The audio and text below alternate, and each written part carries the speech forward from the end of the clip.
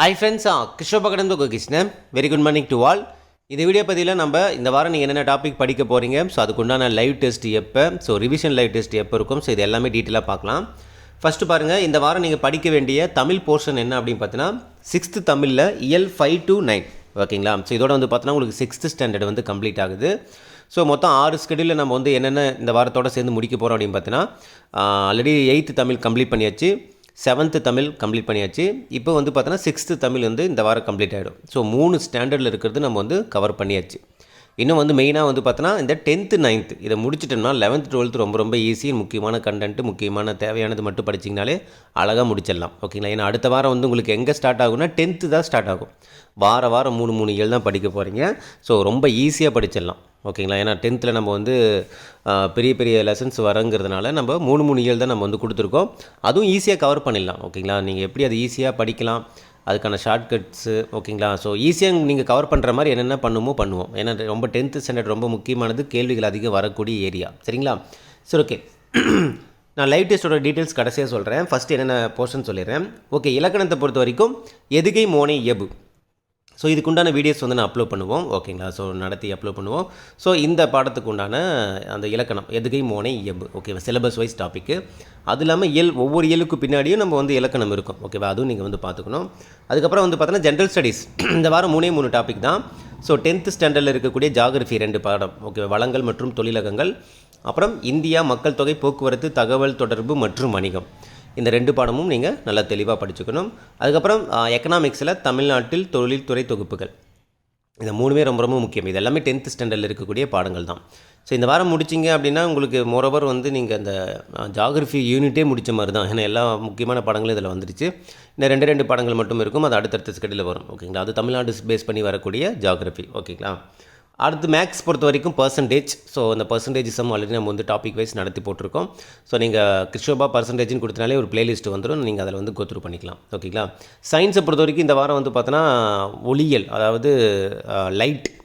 போன தடவை நம்ம சவுண்டு பார்த்தோமா, இந்த தடவை வந்து பார்த்தோன்னா லைட்டுக்கான ஒளியல் வந்து பாடங்கள் இருக்கும். இதுக்கு முன்னாடி முடித்த ஸ்கெடியூலோட ரிவிஷன் எல்லாமே உங்களுக்கு இருக்கும்ப்பா ஓகேங்களா. ஸோ அதுக்கு தகுந்த மாதிரி நீங்கள் கொஞ்சம் ப்ரிப்பேர் பண்ணிக்கங்க.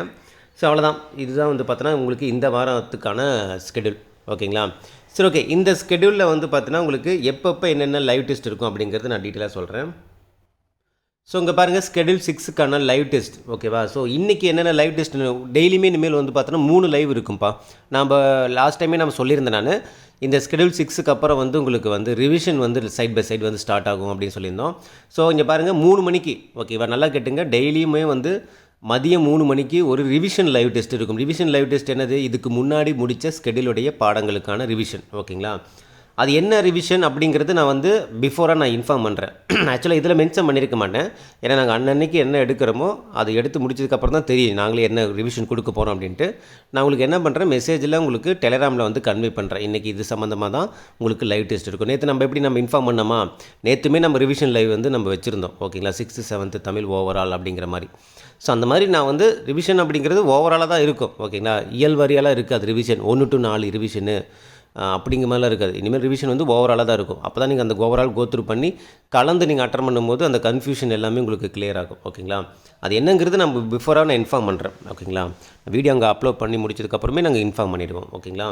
அப்புறம் 8:30க்கு 9:30க்கு இது எப்பவும் போல் வந்து கரண்ட் ஸ்கெடியூல் இருக்கக்கூடிய பாடங்கள். 8:30க்கு வந்து பார்த்தோன்னா இயல் 5, 9:30க்கு வந்து பார்த்தோன்னா ஜிகே பாடம்.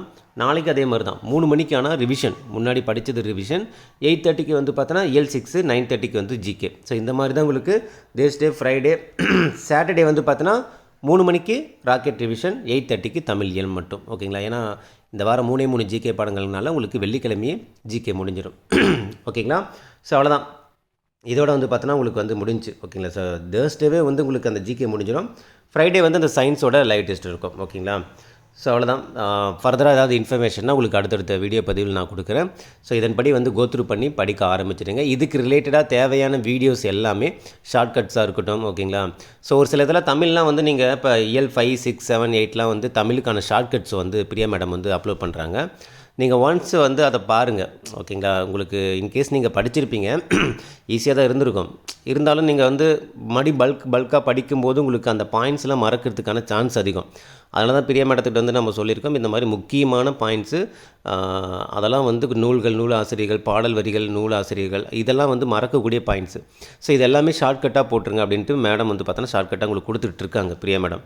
ஸோ அதனால் நீங்கள் அதெல்லாம் கொஞ்சம் கோத்ரூ பண்ணுங்கள். அதேமாதிரி ஜிகே பாடம் படிக்க ஸ்டார்ட் பண்ணுறதுக்கு முன்னாடி மோகன் சார் ஒரு வீடியோ கொடுப்பாங்க. ஜஸ்ட் அதை பார்த்துட்டு அந்த வியூ பாயிண்ட்டை பார்த்துட்டு நீங்கள் படிங்க. கொஞ்சம் ஈஸியாக அந்த பாடத்தோட ஒரு மையக்கரு என்னங்கிறது தெரிஞ்சுப்பீங்க.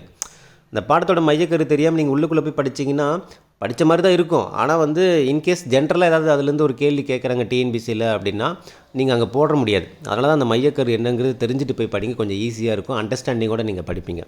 ஓகேங்களா? இலக்கணமும் அதே மாதிரி தான். இலக்கணம் நீங்கள் ஓனாக படிக்கிறீங்க. இருந்தாலும் இலக்கணத்துக்கு நம்ம வந்து பார்த்தோன்னா வீடியோஸ் கொடுத்துட்ருக்கோம். அங்கே வந்து லைவ் டெஸ்ட்டில் வந்து என்ன பண்ணிடுறீங்க, தப்பு பண்ணிடுறீங்க. ஸோ இலக்கணம் உங்களுக்கு கொஞ்சம் கன்ஃபியூஷனாக இருக்குது அப்படின்னா வீடியோஸை பார்த்துட்டு, ஏன்னா ஒரு தடவை யாராவது சொல்கிறத காதில் கேட்டுட்டு நீங்கள் அங்கே அட்டன் பண்ணும்போது உங்களுக்கு ஈஸியாக மைண்டில் பதியும்.